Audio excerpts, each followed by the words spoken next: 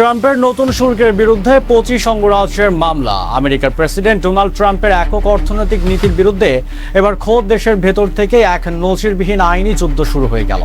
বাংলাদেশ সহ বিশ্বের 60টি বাণিজ্যিক অংশীদার দেশের ওপর হঠাৎই চাপিয়ে দেওয়া নতুন আমদানি শুল্কের বৈধতাকে চ্যালেঞ্জ করে যুক্তরাষ্ট্রের 25টি অঙ্গরাজ্য সরাসরি আদালতের দ্বারস্থ হয়েছে। ট্রাম্প প্রশাসনের বিরুদ্ধে চরম বিদ্রোহের নেপথ্যে সব চাঞ্চল্যকর এবং রোমাঞ্চকর তথ্য জানতে ভিডিওটি এখনই শেষ পর্যন্ত দেখুন। বিশ্ব বাণিজ্য গত কয়েকদিন ধরেই চরম উত্তেজনা তৈরি করছে ট্রাম্প প্রশাসনের নতুন আমদানি শুল্ক নীতি। আর এই নীতি বিরুদ্ধে করে রুখে দাঁড়িয়ে স্থানীয় সময় সোমবার 3 আগস্ট যুক্তরাষ্ট্রের কোর্ট অফ ইন্টারন্যাশনাল ট্রেডে একটি যুগান্তকারী মামলা দায়ের করেছে দেশের 25 অঙ্গরাজ্য। এই মামলায় গত মাসে বাংলাদেশ সহ 60টি বাণিজ্যিক অংশীদার দেশের পণ্যের ওপর আরোপিত ও নতুন ও অতিরিক্ত শুল্ক অবিলম্বে বাতিলের জোরালো আবেদন জানানো হয়েছে। মামলা সূত্রে জানা যায়, ট্রাম্প প্রশাসনের জবরদস্তি বা জোরপূর্বক শ্রম প্রতিরোধের একটি অজুহাত দেখিয়ে এই শুল্কগুলো চাপিয়ে দিয়েছে বাদী পক্ষের স্পষ্ট অভিযোগে। এই ধরনের ব্যাপক ভিত্তিক ও বিস্তৃত শুল্ক আরোপ করার কোনো সাংবিধানিক বা একক আইনি ক্ষমতা প্রেসিডেন্টের নেই। কংগ্রেসের অনুমোদন ছাড়া এই ধরনের সিদ্ধান্ত নেওয়ার সরাসরি মার্কিন সংবিধান ও প্রচলিত আইনের সম্পূর্ণ পরিপন্থী। অন্যদিকে ট্রাম্প প্রশাসন তাদের এই সিদ্ধান্তের পক্ষে সাফাই গিয়ে বলেছেন, যেসব দেশ জোরপূর্বক শ্রমে উৎপাদিত পণ্যের আমদানি নিষিদ্ধ করতে বা কার্যকরভাবে নিয়ন্ত্রণ করতে ব্যর্থ হয়েছে তাদের বিরুদ্ধে এই বাণিজ্যিক ব্যবস্থা নেওয়া অপরিহার্য ছিল।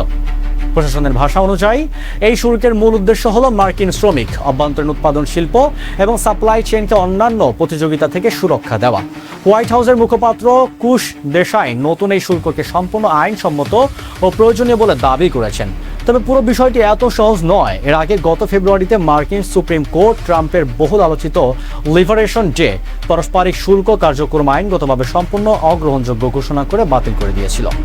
সুপ্রিম কোর্ট সেই বড় পরাজয়ের পর প্রশাসন বিকল্প আইনি হিসাবে 1974 সালের ট্রেড অ্যাক্টের 301 ধারা ব্যবহার করে এই নতুন শুল্ক কাঠামো কার্যকর করে। নিউ ইয়র্কের অ্যাটর্নি জেনারেল লেটিশিয়া জেমস ক্ষোভ প্রকাশ করে বলেছেন, সুপ্রিম কোর্টে হেরে যাওয়ার পর প্রশাসন নতুন নামে ঠিকই একই ধরনের শুল্ক চাপিয়ে সাধারণ পরিবার, ব্যবসায়ী প্রতিষ্ঠান এবং অঙ্গরাজ্যগুলোর ওপর অতিরিক্ত অর্থনৈতিক চাপ সৃষ্টি করেছে, যা কোনোভাবে আইনসম্মত হতে পারে না।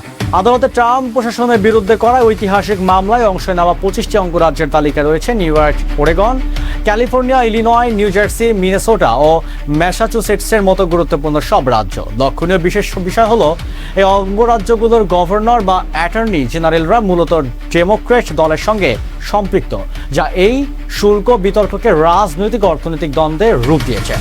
গত 24 জুলাই থেকে কার্যকর হওয়া এই নতুন ব্যবস্থায় বাংলাদেশ সহ 60টি দেশের বিভিন্ন পণ্যের উপর দেশভেদ 10% থেকে শুরু করে 12.5% পর্যন্ত অতিরিক্ত আমদানি শুল্ক আরোপ করা হয়েছে। এর ফলে আমেরিকার ভোক্তা থেকে শুরু করে ব্যবসা প্রতিষ্ঠান অঙ্গরাজ্যগুলোর সামরিক অর্থনীতিতে নেতিবাচক প্রভাব পড়েছে বলে দাবি মামলাকারীদের। এখন দেখার বিষয়, আদালতের এই আইনি লড়াই শেষ পর্যন্ত কোন দিকে মোড় নেয় এবং বাংলাদেশের মতো উন্নতিশীল দেশগুলোর বাণিজ্য এর চূড়ান্ত প্রভাব কি পড়ে। আমেরিকার অভ্যন্তরীণ রাজনৈতিক ও আইনি এই লড়াই বৈশ্বিক অর্থনীতিতে নতুন কোনো বড় ধাক্কা দেয় কিনা, সেটি এখন সময়ের সবচেয়ে বড় প্রশ্ন। বন্ধুরা, ট্রাম্পের এই নতুন শুল্ক নীতির বিরুদ্ধে 25 অঙ্গরাজ্যের এই আইনি লড়াইকে আপনি কিভাবে দেখছেন? আদালতের রায় কি শুল্ক প্রত্যাহার করে বলে আপনাকে মনে হয়? আপনার মূল্যবান মতামত কমেন্ট বক্সে আমাদের অবশ্যই জানাবেন। ভিডিওটি ভালো লাগলে লাইক ও শেয়ার করুন। আন্তর্জাতিক বাণিজ্য ও অর্থনীতির সমস্ত ব্রেকিং নিউজ সবার আগে পেতে আমাদের পেজটি ফলো করে চ্যানেলটি সাবস্ক্রাইব করুন। ধন্যবাদ।